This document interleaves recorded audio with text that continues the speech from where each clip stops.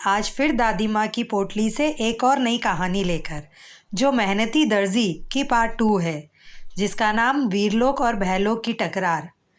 जैसा कि हमने पार्ट 1 में देखा, भीनू वीरलोक से गुल्लक लेकर अपने घर की ओर निकलता है।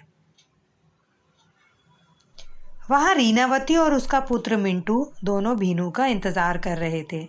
फिर भीनू वहाँ पहुँचा और उसने अपनी पत्नी और पुत्र को सब कहानी सुनाई। उन लोगों ने उस पैसों से अपने लिए एक बड़ा घर बनवाया और हंसी खुशी रहने लगे। धीरे धीरे अपने कारोबार को भी बड़ा किया। भीनू की सफलता की वजह से लोग उसके आगे पीछे रहने लगे थे। जैसे ही उनके दिन अच्छे से निकल रहे थे, फिर एक दिन बदलापुर में कुछ अजीब हलचल हुई। वो रात बदलापुर के लोगों के लिए मुसीबत लेकर आई थी। उस रात भैलों की रानी तिम्ना ने धरती पर प्रवेश किया। तिम्ना काला जादू और छल कपट में माहिर थी। वह काली तरंगों से जादू करती थी, जिस वजह से लोग उससे डरते थे। धरती पर आने का उसका मकसद बच्चों को अगवा कर भैलोक ले जाना था। वहां ले जाकर उन्हें भी भैलोक का निवासी बनाना चाहती थी, ताकि उसका वर्चस्व धरती पर फैले। यही काम को पूरा करने के लिए तिम्ना अपने साथियों के साथ धरती पर इंसान बनकर रहने लगी। फिर वहाँ के लोगों और बच्चों पर नज़र रखने लगी। धीरे धीरे बच्चों को अकेला पाकर उन्हें भैलोक ले जाने लगी। वहाँ उन्हें बंदी बनाकर रखने लगी। एक दिन की बात है, जब एक स्कूल की बस में बच्चे पिकनिक के लिए जा रहे थे। जैसे ही बस बदलापुर के बाहर निकलती है, तब तिम्ना उस बस को अकेला पाकर उससे अपने कब्जे में ले लेती है। तिम्ना को देख जोर जोर से बच्चे चिल्लाने लगते हैं, बचाओ बचाओ बचाओ।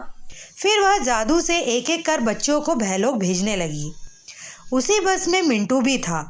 वो भी तिम्ना और उसकी काली शक्तियों को देख बहुत डरा हुआ था। तब अचानक उसे भीनू की वह बात याद आई, जिसमें वीरलोक, बालवीर और परियों का जिक्र था। बालवीर, बालवीर।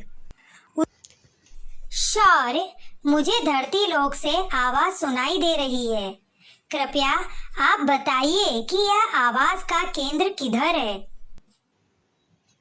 तभी शौर्य ने अपनी शक्तियों से पता किया कि ध्वनि का केंद्र किधर है। तब उसने मिंटू की बस और भैलोक की रानी तिम्ना को देखा। बालवीर और परियों, तुम्हें जल्दी ही धरती पर जाना चाहिए। और बालवीर को जो ध्वनि सुनाई दी, उसका केंद्र बदलापुर के समीप है। तभी बालवीर और परियां वहां आ गए, जहां तिम्ना ने बच्चों और बस को कब्जे में किया हुआ था। दिल से बुलाया बालवीर आया। तभी बालवीर और परियों का युद्ध तिम्ना से हुआ, जिसमें तिम्ना कमज़ोर पड़ने लगी, जिस वजह से तिम्ना वापस भैलोक भाग गई। फिर बालवीर और परियों ने इंसानों का रूप लिया और बच्चों को उनके घर सुरक्षित भेजा। मिंटू को छोड़ने जब बालवीर और परियां उसके घर गए, वहां भीनू को देख उन्होंने कहा, भीनू, हम बालवीर और परियां हैं। हमें शौर्य ने धरती पर आप लोगों की रक्षा के लिए भेजा है। शौर्य को धरती पर बुरी शक्तियों का होने का आभास हुआ। फिर भीनू उन्हें देख बहुत खुश हुआ। फिर बालवीर और परियां भी वहीं उन लोगों के साथ रहने लगे। मिंटू भी बालवीर के साथ घुल मिल गया था। वो भी भैलोक के लोगों को ढूंढने में मदद करने लगा। तभी उन्हें अचानक एक आवाज़ सुनाई दी। वो आवाज़ बच्चे की थी। उस आवाज़ के पीछे पीछे बालवीर, परियां और मिंटू वहां पहुंचे। तब उन्होंने वहां तिम्ना को देखा। यह तो तिम्ना है। बालवीर, ये तिम्ना कौन है? तिम्ना भैलों की रानी है। ये काला जादू करती है। मैंने सभी बच्चों को अपने कब्जे में ले लिया है, बस ये मिंटू ही बचा है। तभी तिम्ना उस पर जादू करने ही वाली होती है। तब बालवीर और परियां मिलकर उसे रोक लेते हैं। मैं फिर आऊंगी मिंटू को लेने। बालवीर और परियां तिम्ना के पीछे भयलोक में जाते हैं। भयलोक जाकर उन्होंने वहां देखा कि तिम्ना ने बच्चों को एक कुएं में कैद करके रखा है ताकि वह उन पर काला पानी डाल सके और उन्हें भी भयलोक के निवासी बनाकर उन्हें बुराई की पट्टी पढ़ा सके। यह सब दूर से बालवीर और परियां देख रहे थे। देखने के बाद बालवीर वीरलोक गया, शौर्य को सारी कहानी बताई।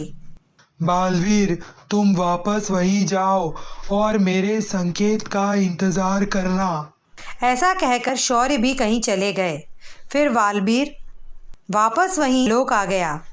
कुछ ही देर बाद तिम्ना बच्चों पर काला पानी डालना शुरू करने ही वाली थी। अभी वहां शौर्य ने हरी तरंगे भेजकर बालवीर और परियों को संकेत दिया।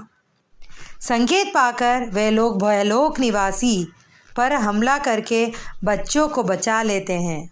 तिम्ना को जादू से पत्थर की मूर्त बना देते हैं। फिर वे लोग सभी बच्चों को लेकर धरती पर आ जाते हैं और उन्हें सुरक्षित अपने अपने घर पहुंचा देते हैं। वे लोग भी भीनू और मिंटू से विदा लेकर वहां से वापस वीरलोक चले जाते हैं। जाते हुए वक्त बालवीर ने उनसे कहा, आप लोगों को जब भी हमारी जरूरत होगी हम तुरंत आ जाएंगे। इस कहानी से हमें यह सीख मिलती है कि हमें अच्छी संगत में रहना चाहिए। अच्छी संगत में रहने से हमारा अच्छा ही हो।